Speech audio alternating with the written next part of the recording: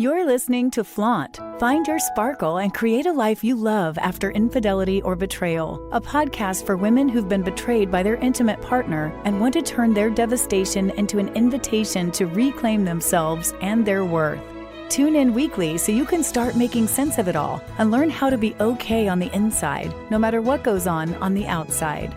Download your free Betrayal Recovery Toolkit at betrayalrecoveryguide.com.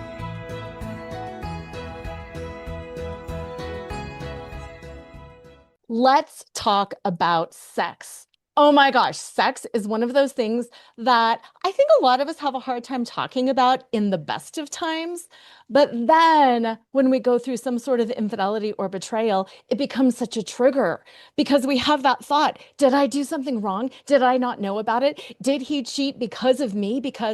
And then we spiral and we lose track of the fact that as the beautiful divine beings we are, we deserve pleasure. We deserve intimacy. We deserve deep, rich connection.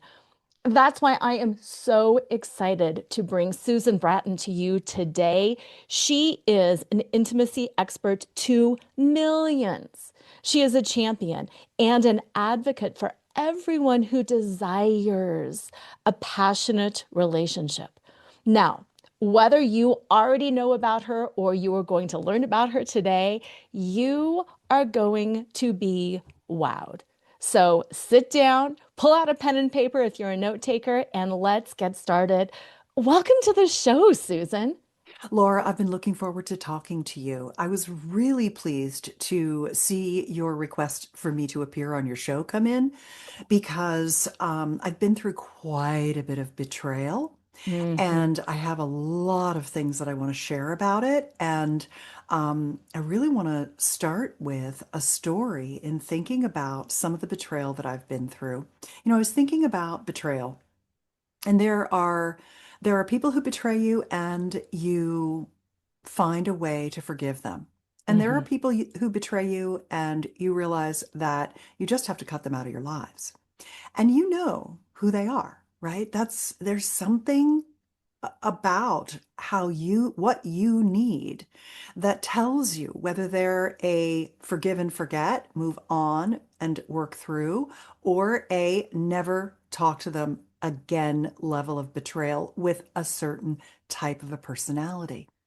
And I like to orient myself toward the forgive and forget because I would just prefer to give people grace for their imperfections, knowing I'm going to be the next one to screw something up. I had a stepmother. She's passed away now, and I didn't have a good relationship with her. But she had she had children who were older than I, and one of her eldest son was an alcoholic. And I watched all through high school, I watched her never give up on him. And though there were many things about her I didn't like, I was really impressed with the fact that she didn't throw him away because he had an alcoholic problem. He's been sober now for 50 years. He met his wife in AA. She never gave up on him. And that was really impressive to me. But I've also equally had people who done me wrong and got the boot. There are some people that you realize that they didn't just make dumb decisions, not have the tools and skills to deal with the issues, take the kind of less best way out of a problem, not understand the long-term implications of their actions, have some wounding of their own that created an issue. And then there are other people who are just going to be evil and you are not safe around them. And I really do respect both decisions. And just recently, I had a bit of a betrayal and it affected 4 of us. And I was the one who harked back to my stepmother and said, this person made a mistake. We're not going to die from this. We're going to take lessons from this, but I'm not going to kick them out of the nest, remove my friendship from them. for doing what they did because I really actually understand why they did it. And it was a terrible, dumb mistake that put us all at risk. That's caused us to have a lot of repercussions from it. But in the grand scheme of things, we'll live and they'll learn, and we'll all learn to become better communicators. But I remember the very first time, I got into being an intimacy expert because I had about 11 years into my marriage. It was our 11th anniversary. And I learned my lesson. I don't have two gin martinis anymore, but I did that night. And I said to my husband in my drunkenness, I'm not, I love you, but I'm not in love with you anymore. I'm not happy. And he said, me neither. And we just looked at each other like, what are we going to do? We have a great platonic relationship. We have what ostensibly looks like the perfect marriage from the outside. We have a beautiful little girl together. We have great jobs. We have what looks like the perfect life, and we're miserable inside it because I'd never had an orgasm from intercourse. And I'd been making love with my husband for 11 years, 12 if you count the year before we got married. And I just avoided him for sex. I didn't want to make love with him anymore. And he tried everything, Laura. He did the honeydews and the begging and the borrowing and the whining and the cajoling and the scheduling dates and, everything he could think of. But because it wasn't pleasurable for me and it felt like an effort, I just was giving him mercy sex and it was miserable for both of us. Mhm. And ultimately, what came to light was first, we thought it was something with me that I just couldn't do it. And then we realized, oh no, we just don't know what we're doing. We started going to workshops and learning about lovemaking techniques and learning about pleasuring skills. And almost immediately, I became orgasmic. We just didn't know what we didn't know. But of course, we thought it was my fault, right? Because that's what people think. That was Right. what was really the catalyst for me entering into the last 2 decades of this second career of my life, becoming a publisher of passionate lovemaking techniques and bedroom communication skills. Because if you don't have the ability to talk about your sex life and these very vulnerable areas of your life, then all the techniques in the world ain't gonna work. Mhm. And what happened was in the reparation process of that learning and coming back together, my husband had been having an affair that I didn't know about. And honestly, when I looked back on it, he was doing it to cope with the situation that he was in. But Yes. when I found out, when he had gone to a therapist and the therapist said, Tim, you have to tell her. Like, no matter what's going to happen, you have to come clean about this. That's not right. And he told me. And I can remember the burning shame that I felt. When I grew up, I was not supposed to or allowed to cry. So I have a difficulty accessing my tears. I don't come to tears easily. I have some girlfriends, man, they'll cry at everything. They're such good criers. I'm the worst crier. And so when he told me that, I remember I had to go out and I had to pull over on the side of the road in a firehouse parking lot. And the sobs that came out of me were like the sobs that had been suppressed from every crying suppression I'd ever had in my life. I cried and cried and cried and cried. And I just like, it was like vomiting upset, you know? Right. And I thought to myself, why do I feel ashamed when he cheated? Yes. I was so surprised that shame was what I felt. Not anger, not denial, not victimhood, shame. Like it's our job and we fail when our partner cheats, which is not true. No. It's just the misogynistic patriarchal culture in which we all swim. So I remember that. Do you know the work of Byron Katie? Absolutely. Okay, Byron's She's incredible. amazing. And I was talking to a lot of people at the time. I was going to a therapist. I was working with a Byron Katie therapist at one point. And my chiropractor, who was my best friend, she said, call this woman and just talk to her. Just have a session with her. And she said to me, "Oh, honey, he didn't do this to you. This doesn't even really have much to do with you. Mm-mm. He did this to stay in the marriage with you." Oh 100%. my God, that was what I needed to hear of all the things. And it was so interesting too. I bet, Laura, I bet you're going to be like, yep, I hear this one too. We went to a marriage and family therapist. And we talked about the issues we're having with our sex life and my lack of desire and the therapist said, well, this is just what happens in monogamous relationships. She said this to my husband. This is just kind of what you have to get used to. We walked out of there and my husband was like, I'm never going back Nope. to see her. So then we go to another therapist and he was like, I want to have sex every day. I want sex every day. And she said, oh, you're a sex addict. You need to go to Sex Addicts Anonymous, SAA. And so he thought, well, maybe I'm a sex addict. Right. So he went to SAA and he comes home and he's like, I'm not a sex addict. Those people are sex addicts. I mean, like they pass out, they do drugs in hotels and pass out watching porn and end up with hookers and blow and, like all this stuff. And he's like, I don't That's have not any of these me. compulsions. I just want to be close to you every day. And so the thing that really helped us was going to these intimacy workshops and learning the techniques. And suddenly, it was like the easiest thing in the world. We started having great sex. So over time, I learned how to understand what happened, the dynamics, the reparations, the apologies, all of the things that happened.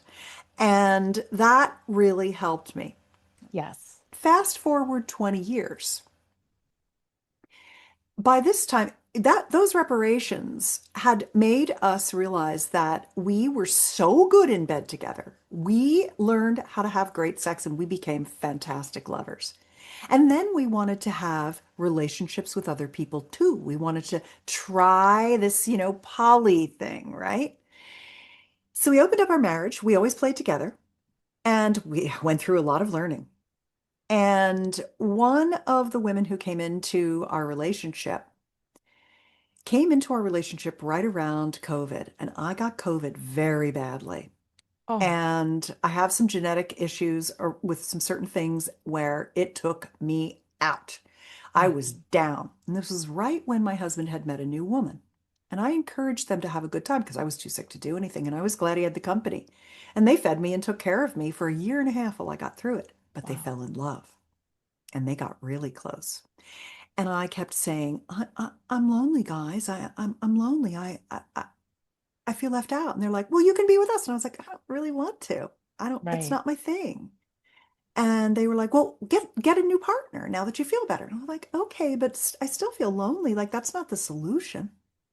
And I just got this inkling that that woman was going to try to steal my husband, like the last one did 20 years ago. The reason he was saying that I want sex every day to the therapist was that that first relationship, the cheating one, Mhm. she was saying to him, I would give you sex every day. You should leave her. You should definitely leave her. She's no good for you. She's never going to give you what you want. You should come with me. So she tried to steal him away, and I fought her tooth and nail. So the second one, I'm like, she's going to try to steal my husband. And lo and behold, she did. I was right. And he had fallen so deeply in love with her. And this is what people worry about with polyamorous and open relationships and consensual non-monogamy, is that they Mhm. don't want somebody stealing their partner, right? It Right. is a reasonable concern. Now, what happened was that it took me a couple of years for him to get out of his, you know, falling in love head and realize that he was going to lose the woman he had spent more of his life with than not. We've been together longer than we haven't. We Mhm. have had our 34 years together. Mhm. We met when I was 30. So he was under the spell of this other person and she was manipulating him. and Yes. I could see it. Not everybody's as nice as you and I are, right? Not Hmm. everybody plays fair. A lot of people play dirty as they can. One day I got home, one day I left for a business trip and I said, after he promised he was no longer going to see her and he had stumbled a few times, Hmm. and men are so easy to manipulate. Oh my Oh, God. so easy. As as you know, I mean, their little head has no control. So, and I hate to make excuses for them, like they should be better, Right. but you got to deal with what is, not what you want, right? Right.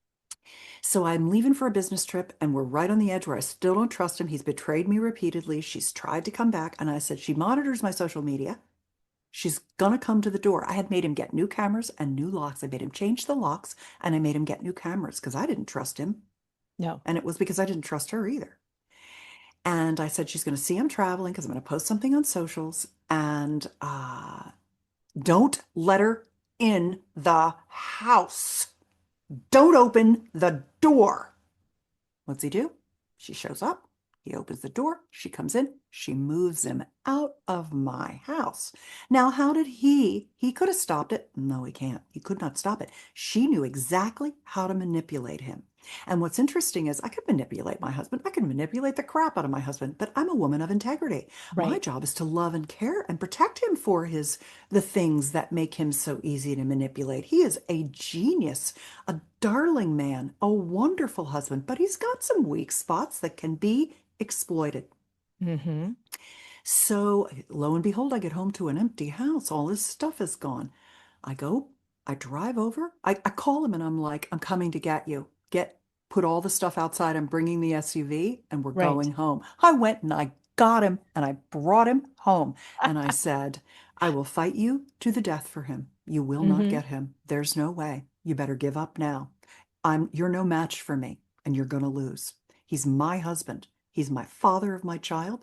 He's my business partner in two businesses. I am completely and totally in love with him, and he is completely and totally in love with me. And I don't exploit him like you do. And he Hmm. will know that. And so it was quite interesting to go through both of those experiences with him and be more in love with him than ever.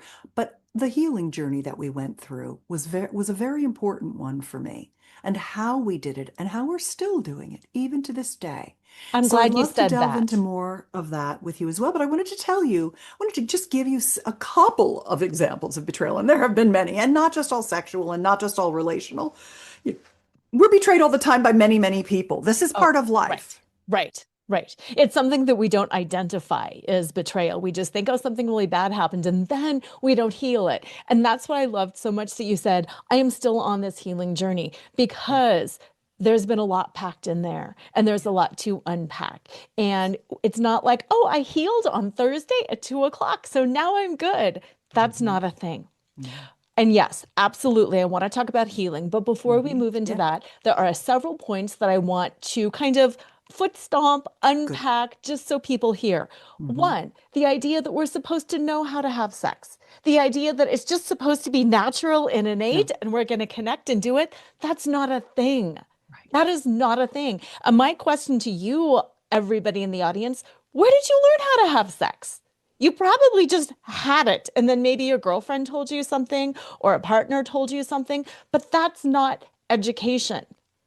Get yourself educated. I don't care how old you are, how many partners you have or have not had. Learn some things. Even Mhm. if you learn that you don't need to learn anything, and that's not a thing either. No, that's not. No, Uh-uh. you need to learn. You Yeah. need to learn.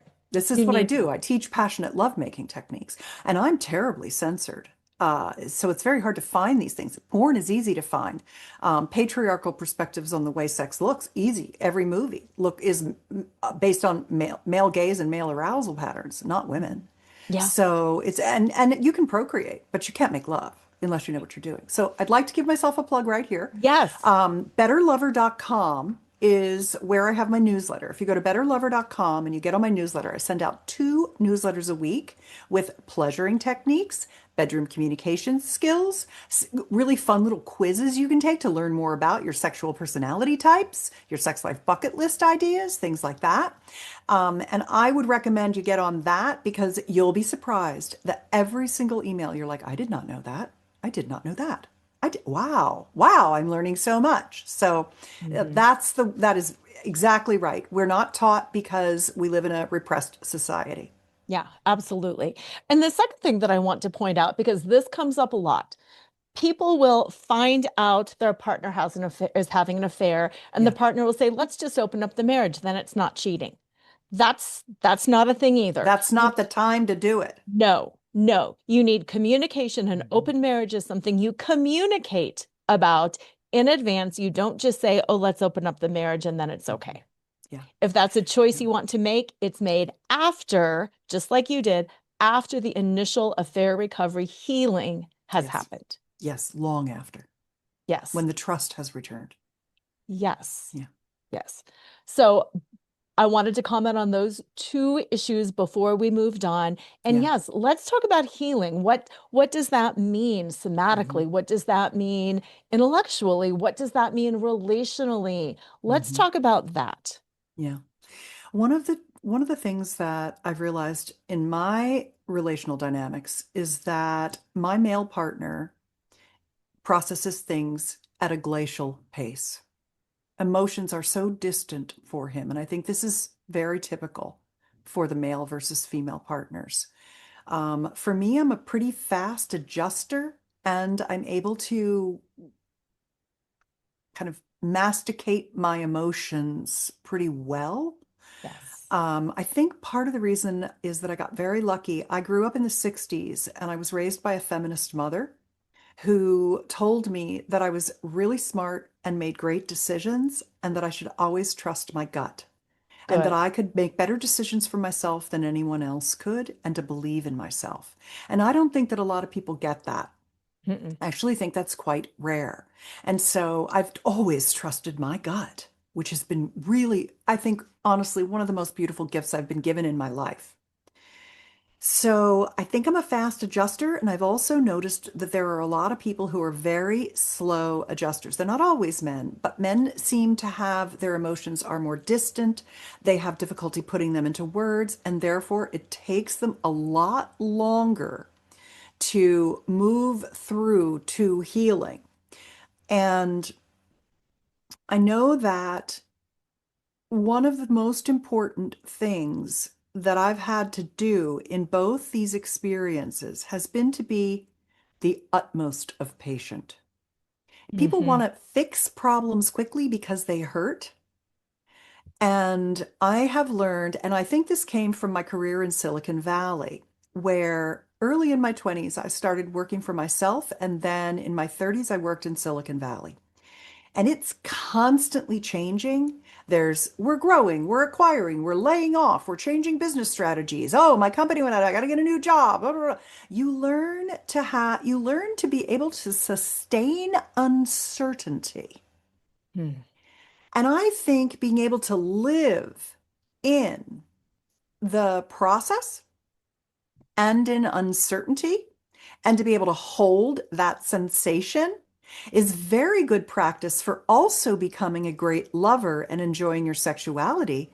Because what's the very first thing that 90% of sex therapists tell their couples to do? To stay in sensation, to feel what's going on, to get out of your head and into your body so Hmm. that you can feel more pleasure. So when these things are really well connected, because if you're able to sustain uncertainty, you'll also be really good at the mindfulness practice of pleasure and connection. Sex is a mindfulness practice as well. And so when you can do those crossing the chasms, whether that's closing the orgasm gap, learning how to orgasm from intercourse or any of the other types of orgasms, which are all learned skills, by the way. Maybe you found one path to orgasm, but there are unlimited paths to pleasure. Your body is a massively orgasmic thing. And the orgasms are a very, very important part of rebooting the nervous system, improving your heart connection, generating oxytocin, lowering anxiety, improving immune function, increasing your vascular performance, heightening your cognitive function. There are 25 other things, like hormone cascades and neurotransmitter release, and there's so many good things about it that I think being orgasmic takes mindfulness, and recovering from betrayal takes mindfulness, because it's a slog. The former is a pleasure, but the latter is a slog, and you got to be willing to be up for it. So I think that's important as well.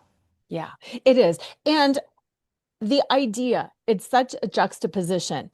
I want to have this amazing sex. I have been without connection to the level that I have wanted. I have maybe struggled with this. Things have been busy. My partner was distant because he was cheating and I didn't know he was cheating.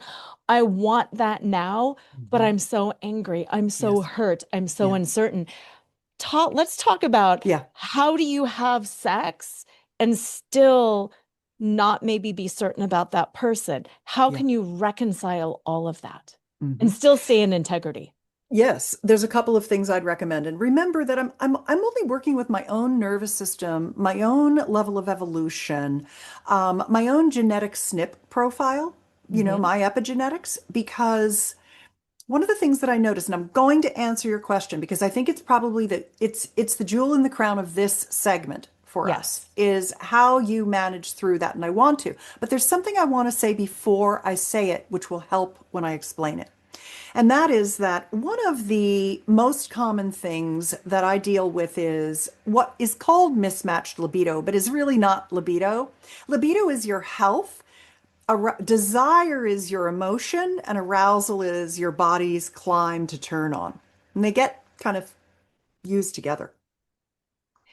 And of course, when you're upset, your libido is going to be low because you're having emotional and physical responses to the upset and the Yes. betrayal. But the desire is also, you feel like you've been hurt and you've been treated disrespectfully. I mean, the disrespect is very difficult. And then you have arousal issues because of both those things. So you've got this triple whammy that you're trying to get back from. And one of the things that happens most is this idea that couples talk to me, one of the partners will say to me, I just uh, we just don't have sex. It's like we've hit a wall. We just stopped having sex. How can I get back to having sex? And step one is identifying what it is that happened and how it's affecting you. And I remember one time I sent out a request to my email newsletter readers, and there's over 300,000 of them. It's a large group. And I said, I won't be able to get back to everyone, but please tell me, what's the reason that you are no longer intimate with your partner? And when they replied, I had 700, 800 replies. And Maurice, who has been worked with me for 15 years in my care team, she's very good at analytics too. And one of my talents is being able to look at a wide variety of information and net it down into simple things. Hmm. What I realized was that about 80% of the responses were physical issues, cancer, erectile dysfunction, all of these kinds of things. 20% were betrayal. And it was the betrayal people that were having the most difficult part. They couldn't forgive. They couldn't get over it. And one day I was on a podcast that was with the DNA company. They measure your genetic SNPs and tell you what your SNPs are. And I said, one of the things that I found in dealing with people with sexual betrayal Hmm. is that they have this thing where every time they think about it, it's like Groundhog Day. They can't move through it because they get swamped with the feelings of the betrayal. And it's like this open gash that's just bleeding out of them all the time. Why do some, it's about 20% of the 20%. Why do some people have this wound that won't heal, and how do other people heal their wounds? And Cash said something very interesting to me. He said, it's serotonin pathways, genetic SNPs. He says, here's what I think it is. And I was like, oh, yeah, this totally explains it. Serotonin will make you relive events like they're fresh. And if you have specific genetic SNPs, where every time you remember the memory, it feels like a fresh wound, versus someone who can remember the memory and it heals over time, you're kind of stuck in this Groundhog Day of betrayal. And I thought, oh, that's so interesting. So those are the real 20% of the 20% of people who need your help the most. They need to have a lot of functional processing to Yes. get through it. And it has to be very dimensional. It has to be body, mind, spirit, relational, individual. It has to come from things in your past. It has to project into your future. It's dimensional. Where Yes. other people like me can look at it and I can be like, I understand why he did it. I understand what happened. I love him. And yeah, I'm friggin' pissed at him. He's a dumb dumb. Exactly. But I love him and I'm going Mhm. to come through this. And so that's one of the things that I wanted to posit is that for me, I still felt all that anger, resentment, betrayal, and disgust and disrespect. And like, are you again? Come on. Right. Jeez, oh, Pete's, you know? But when I would get back into that bedroom, every time I had a deal with him, and I said, every time I go into the catastrophizing when I'm not staying present, I'm going to tell you, and if I need to stop, I'm going to stop, and we'll start again later or the next day or the day after. But I'm not going to stuff one iota of my feelings about this. Yes. Every single time it comes up in and out of the bedroom, I'm going to say, right at this moment, I'm still pissed off at you. Or right at this moment, I'm still feeling so sad about what happened or whatever it is. And so I think the noticing and saying and getting it, for me, my processing comes by speaking it out. Why do I do so many podcasts? I think by talking. Yes. That's how I process. That's not how everyone processes. Some people have a trouble that's like so buried in them. Other people, it's right here, but they can think it. I can't think it. I have to say it to get it out. So I think it's really good to understand how you process emotion so that that helps your processing process. Yes. But every time it came up, I said things. And I honestly feel like that really helped him get some dimensionality around his actions and how it affected me so that he could move toward forgiving himself and helping me forgive him and me forgiving myself for things that I did wrong. I'll give you a really good example. And I think this is very interesting. But you tell me what you think. And I'd love your feedback on this as well. And I promise I'm getting to the body stuff. So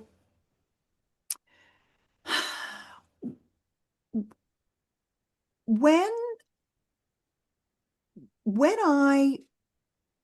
when I say things out loud,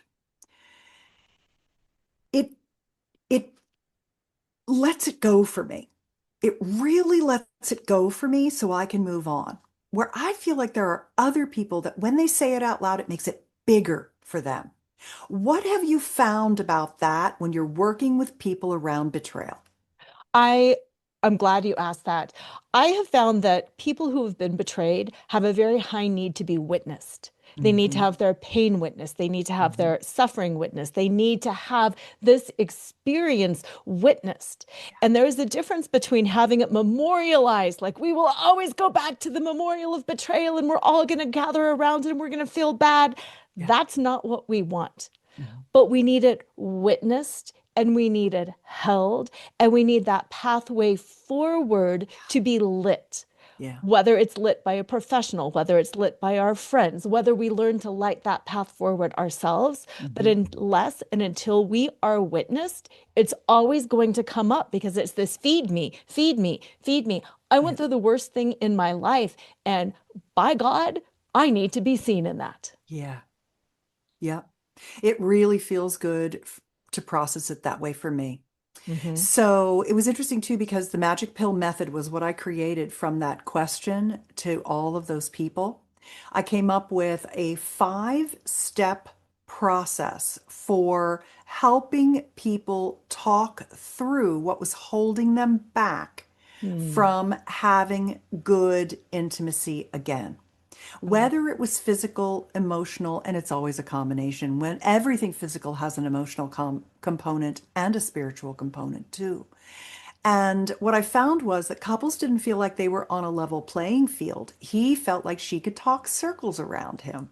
Hmm. And that's very common, like the man of few words type of thing, distant in their emotion. We don't raise our little boys to really have access to their emotions and process them in the ways that we allow our little girls to do it.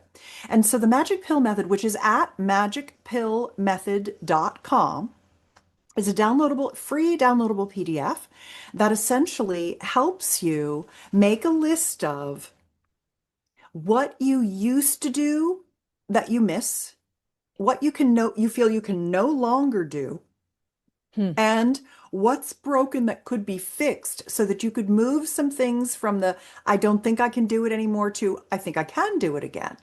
And that's where you get into intimate wellness and sexual biohacking and regenerative therapies, which is we suffer from erectile dysfunction, both men and women.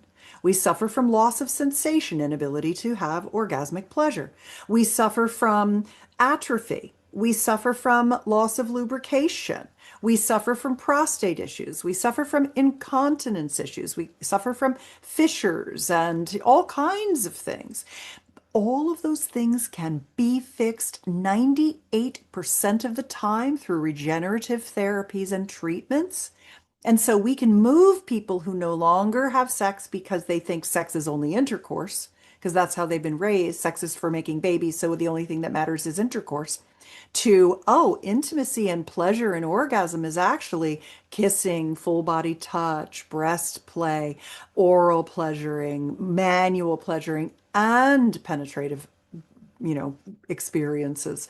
And Hmm. so when I get people to start making the list of things they still could do together, that tends to get everything kickstarted because what happens is when people hit a roadblock like betrayal or illness, they literally, because they have this mindset that sex is intercourse and now I'm not going to do intercourse, I'm never going to touch my partner again. We're going to sleep in separate beds. We barely hold hands. We just sit on the couch side by side. Now we're just parallel platonically playing at our life rather than having one of the beautiful gifts of our health and our health span. There is a concept I like to use called the fourth factor. Everybody's perfectly happy to talk about their sleep score on their Oura ring and how important sleep hygiene is. They're happy to talk about how good exercise is for longevity. And they're happy to talk about how good nutrition is for longevity. But the fourth unspoken factor, because of all the censorship and repression in our society, is intimate pleasure, intimate orgasmic pleasure. And I already gave you, your listeners, the list of that's not even all of the No. benefits of intimate pleasure. When you shut that down instead of walk yourself back into that connection, first of all, you don't get over the betrayal at a level that you should and could. And I Hmm. do say should, and I'm not saying should a lot on things. I think people get to Right. do what they want to do. But my goodness, why let why let cheating cheat you of the pleasure that's going to extend your health span? Because when you extend your sex span, you extend your health span. People who have intimacy, and I mean orgasmic pleasure, into their old age live literally, studies from all over the world have proven this. They live a longer, healthier, Hmm. happier life. The couple that's in parallel and aged but no longer intimate versus the couple that's still kicking it in their 80s and 90s, those are entirely different people with entirely different levels of passion and vitality and a zest for life because they have not just lust, but lust for life from keeping it going. So Hmm. if there's anything I could really imbue with import in our conversation, it is that you have to get back in the bedroom. You have to learn how to start over. You have to try new things together. Sometimes the best thing to do is a pattern interrupt, where Yes. instead of just going to the go-to things you've relied on in the pathways that have worked in the past, begin in this moment to create new neural pathways to pleasure together by cross-training stimulation. Try yoni massage and lingam massage. Try introducing toys. Try my soulmate embrace technique. This is a very good thing for emotional reparation. It's at soulmateembrace.com. And it is if you're a woman listening, print this out and hand this to your male partner and say, I would like to practice this with you. This is what I think I need. If you are the male partner, opt in, download, print it out, read it, and suggest that you do this to your woman, because it is essentially a grounding and heart reconnection practice where your man holds you in his arms for an extended period of time. And what's interesting is I tell him exactly how to hold her, exactly what's going to come up for her, how it's going to get emotions out, how he can hold space for all of that, why his grounding masculine energy is going to help her move through the traumas, and it's going to help him recenter and ground himself and bring you back together as a couple so you can do the next things, which might be kissing or full body touch or genital massage, the yoni and lingam massage. These are tantric lovemaking words for our genital parts. Yoni is hers, lingam is his, and they're nicer than the anatomical terms for the genital structures. So when you begin with the soulmate embrace, she's going to have some things that come up for her. It's going to move her emotion. And when you can help her move her emotion, it will help you clear yours and come back to stasis and connection. So the soulmate embrace is a very powerful technique. It also co-creates oxytocin. And the interesting thing about oxytocin is that oxytocin is not just the bonding, mother-baby bonding, or the love hormone. What it actually is a hormone that makes you feel awe. Hmm. It makes you feel appreciation for the beauty of life. It makes you less annoyed with other people. You have more capacity when you have more oxytocin. And when you're nervous and upset, you're spiking cortisol. And oxytocin is the antidote to that. And being held is the way to generate it. So being held frequently will be the thing that allows you to let the emotions bubble up and get off your chest so you can move forward. And then learning some of these new things like lingam and yoni massage are very, very good because they help you reconnect your limbic system, Mm-hmm. which helps you reconnect your nervous systems and begin to co-regulate together after all the dysregulation that's been created from the betrayal. So the spaciousness to allow yourself to say what you need to say, for your partner to be able to witness and hold it and hear it, will help you move through this period really beautifully. And thank you for bringing that all together because there are so many things that I hear repeatedly. One is, I don't know what I want. I don't know how to do this. But what if this happens? And it's all just nervous system dysregulation. And you know what? Once you re-regulate, that's when you can figure out this is what I want. I do love the life we've built. I do want things to get better. I want more intimacy. I want more pleasure. And if the decision you make also is, wow, from this regulated, centered space where I have access to my own pleasure again, I know in my heart that this isn't the person for me. That is an empowered stance as well. And you are moving on as two healthier, more healed, happy, whole people, which is going to be good for both of you. If you've got children together, that's going to be good for you. Yeah. And if you stay together, this is just the beginning. How exciting. What can we move into going forward? What can I access within myself? And you had used that how to sustain uncertainty. Yeah. Look at the political economic times that we're in. One day the market's up, one day it's down. One day this is happening. We do need to know how to sustain uncertainty. And whether it is betrayal from our partner or whether it's a cancer diagnosis, Mhm. how do we sustain that uncertainty? And why and how can intimacy help us learn how to sustain that for our health, for our pleasure, for our joy? So thank you for so beautifully integrating all the whys. It's not just we're horny and we're going to get off.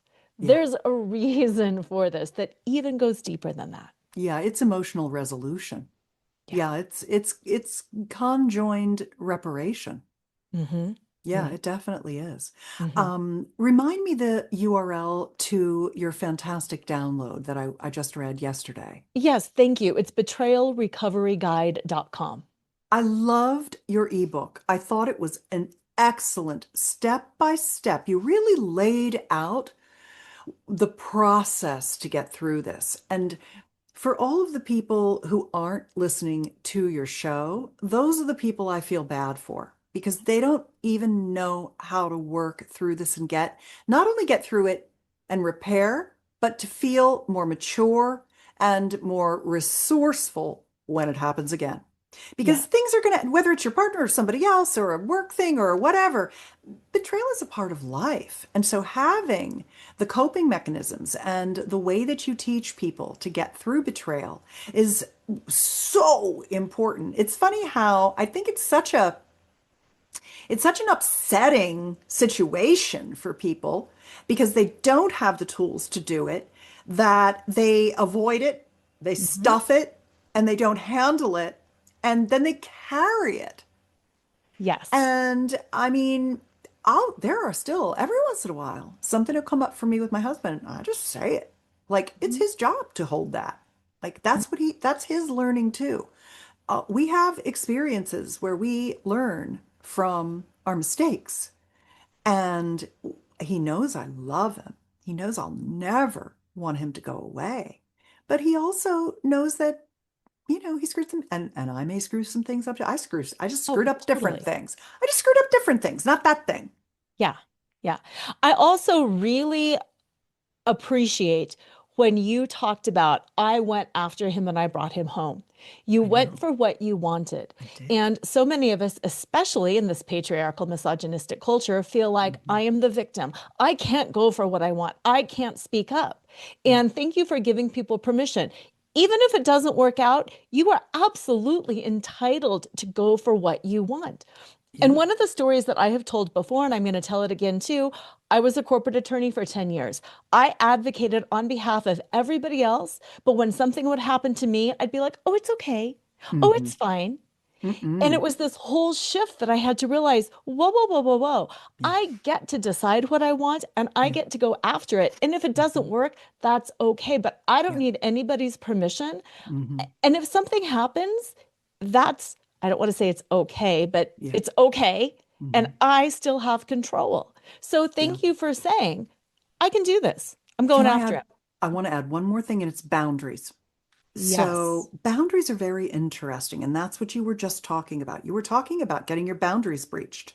Mm-hmm. And one of the things that I've learned now in my advanced age, I turned 64 today, this week. Oh, happy birthday. And thank you. And I'm having the best sex of my life at 64. I've never been juicier, more orgasmic, and had more pleasure and depth of connection and joy in my sex life or my whole life. So don't worry, things don't have to get worse. That's a mindset. That's someone else's agenda, not my agenda. But Mm-hmm. one of the things that I learned about boundaries in betrayal, remember when I was saying, I'm lonely, you guys. I feel left out, when I was saying those things? Yes. And they were like, well, you could be with that. I was like, I don't want to. That's not what's right for me. I wanted my husband to pay more attention to me. I was Mm-hmm. fine with him being in a poly relationship. I didn't need all the attention. I like him to have experiences and joy. I really do.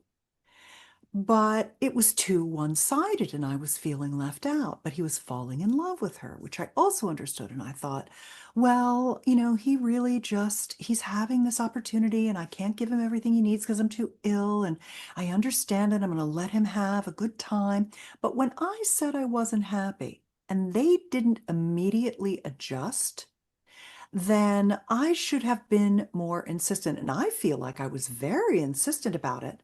And yet he doesn't remember it that way. He's like, I don't even really remember that. And I was like, right, because you were in your love Yes. brain and you weren't paying attention to me. You were holding me together by feeding me food, but you weren't putting your attention on me. You were falling in love. And it got worse and worse and worse until it came to a head.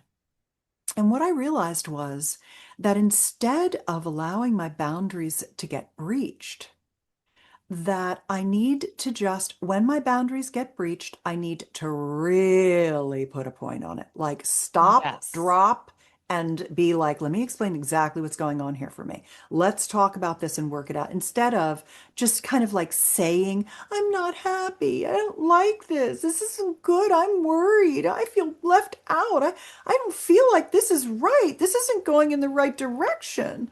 I didn't say enough of that, enough, stridently enough, strongly enough for them to get it, to do something about it because I was allowing my boundaries to get breached. Yes. It wasn't their fault. That was me. Hmm. And what I've learned is that people think about boundaries like it's like I'm putting up a fence between you and I.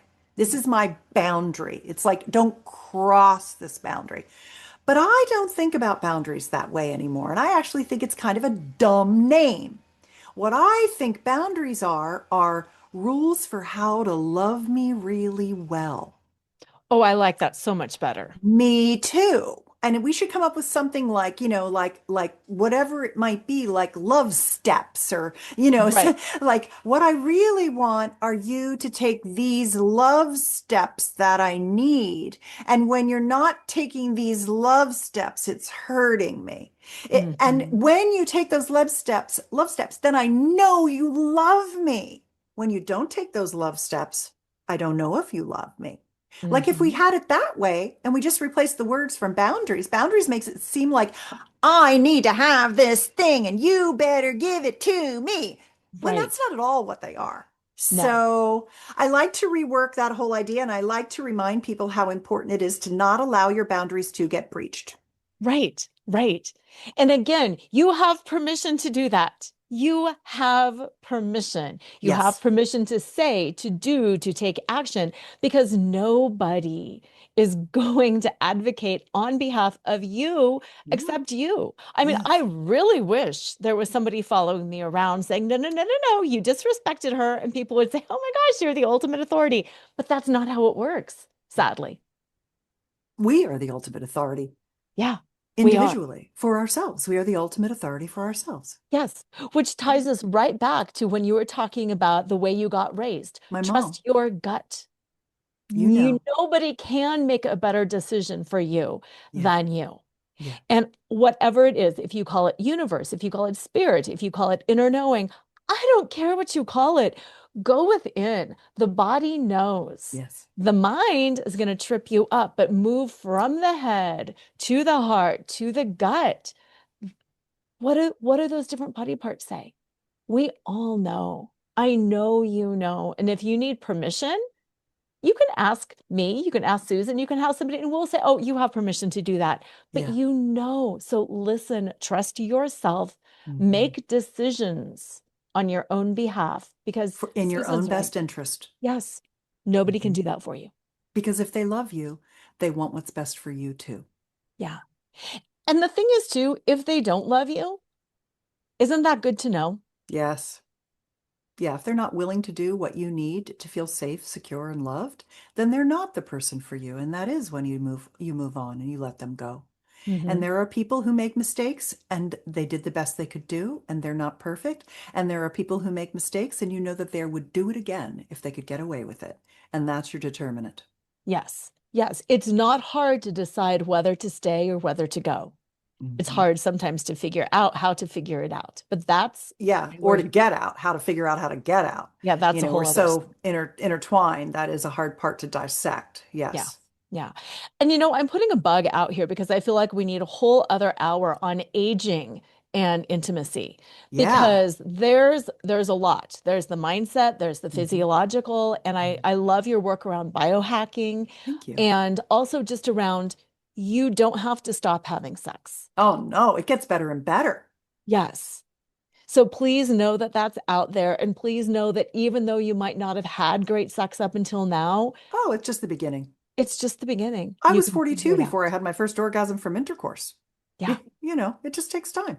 Yeah. Really, I think sex keeps getting better your whole life long, just like all the other things you master.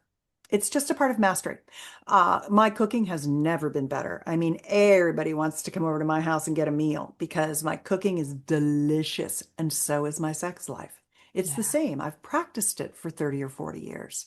Exactly. Exactly. So where else can people learn about you, learn about all the incredible downloads you have? I'm going to put all the ones that you mentioned in the show Good. notes, but Thank you. there's a lot here. So where else can Oh, they I learn? know. I have a lot of things, and Yes, you most of them do. are free, which is nice. Well, I think betterlover.com is really the Rosetta Stone, and it has a lot of my videos searchable on that website, and they're all free. And that's a nice place where you can just put in things like betrayal, sexual healing, yoni massage, passionate lovemaking, anything that I said, magic pill method. Any of the soulmate embrace, any of the things that we talked about on the show, you can find videos about them there. I think Instagram is also a good place to follow me. I post a lot of my little snippets from publicity on there with, little things that I think are helpful.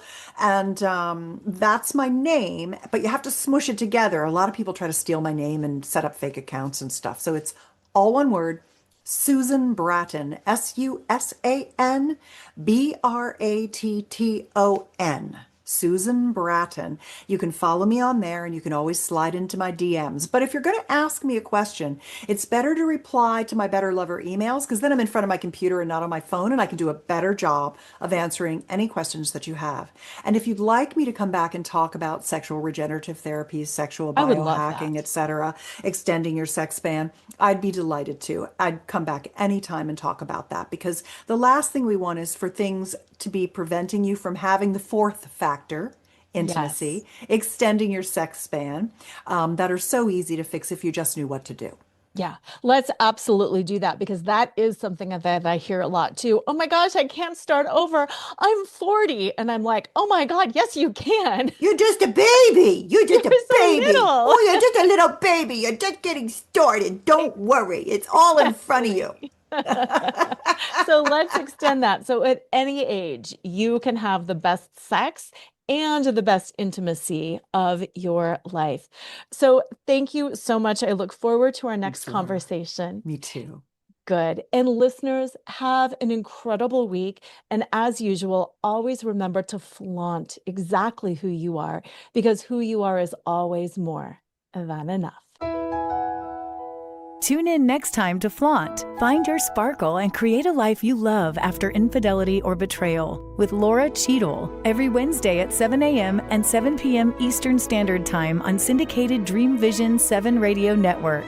Uncover the truth of what's possible for you on the other side of betrayal and develop the skills and strategies necessary to embrace the future and flourish today. Download your free Betrayal Recovery Toolkit at betrayalrecoveryguide.com.